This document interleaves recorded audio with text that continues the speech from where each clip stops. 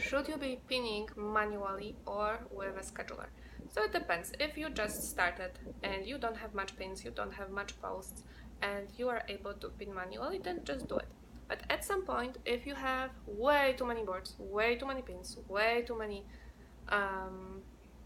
pins, boards, and articles, posts, then you're gonna see that it's going to be way too time consuming for you. So you're going to want to use a scheduler. So scheduler, they cost like $10 or $15 depending on the whether you want a premium account or a basic account. So if you are able to invest $10 or $15 a month and it will save you like an hour a day, then it definitely makes sense, because an hour a day is like 30 hours a month. So 30 hours for $10, I don't think that it makes sense to pin manually. Plus, pinning your own content is one thing, and then repinning content of others is other.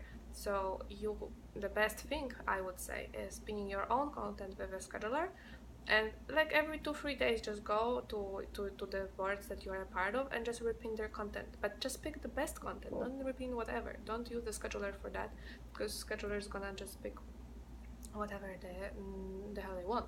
So you want to repin the right content to grow your account. So that's my take on whether you should be pinning manually or with an automation tool. That's why I created PinMeApp, because I didn't want to waste so much time. I had hundreds of boards. I had when I created, I think I had 30 posts already and probably like 100 pins. So it was too time consuming. It was taking me 1 hour to schedule one pin to all my boards, and I didn't want to pin the same pin, and I would never find out like which pin I pinned to which board, and that's just too much mess.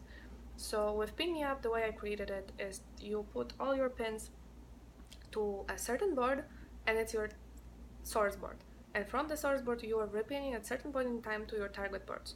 So let's say if you have 30 pins in your source board and you are able to pin to 30 or 50 or whatever target boards, on a random there will be pin picked from the source board and repinned to your target board. After 30 days, because that's how many pins you have, every single of those pins would be repinned. So you shouldn't have less than 30 pins if you want to use one source board.